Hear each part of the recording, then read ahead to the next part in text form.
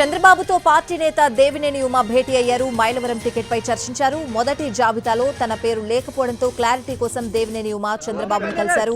కొన్ని సమీకరణాల్లో భాగంగా తొలి జాబితా పేరు పెట్టలేదని దేవినేని ఉమకు చెప్పారు చంద్రబాబు. వసంత కృష్ణ ప్రసాద్ చేరికపై కూడా మరోసారి క్లారిటీ ఇచ్చారు.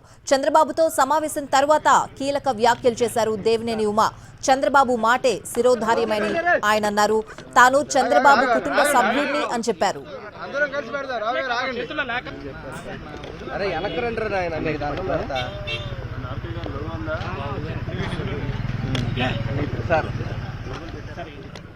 చంద్రబాబుతో పార్టీ నేత దేవినేని ఉమ భేటీ అయ్యారు. మైలవరం టికెట్ పై చర్చించారు. మొదటి జాబితాలో తన పేరు లేకపోవడంతో క్లారిటీ కోసం దేవినేని ఉమ చంద్రబాబును కలిశారు. కొన్ని సమీకరణాల్లో భాగంగా తొలి జాబితాలో పేరు పెట్టలేదని దేవినేని ఉమకు చెప్పారు చంద్రబాబు.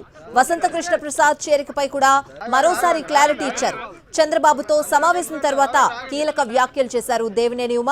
చంద్రబాబు మాటే శిరోధార్యమని అన్నారాయన. తాను చంద్రబాబు కుటుంబ సభ్యుడినని చెప్పారు. బాబు గారు కుటుంబ సభ్యుడిని ఆయన తీసుకున్నది ఆయన కట్టుబడి ఉంటారా? బాబు గారు కట్టుబడి ఉంటారా? కాదని ఎవరన్నారు? ఇప్పుడు ఇంకో బాబు గారి కుటుంబ సభ్యుడిని, బాబు గారి శిరోధారి, స్వామి భక్తుడుగా సార్ మీరు అందులో డౌట్. థ్యాంక్ యూ, ఒక రెండు మాటలు. Thank you, thank you, thank you. Babu గారి కుటుంబ సభ్యుడిని ఓకే సార్ చర్చలు సార్. బాబు గారి కుటుంబ సభ్యుడిని ఆయన తీసుకున్నది ఆయన కట్టుబడి ఉంటారా? బాబు గారి కుటుంబ సభ్యుడిని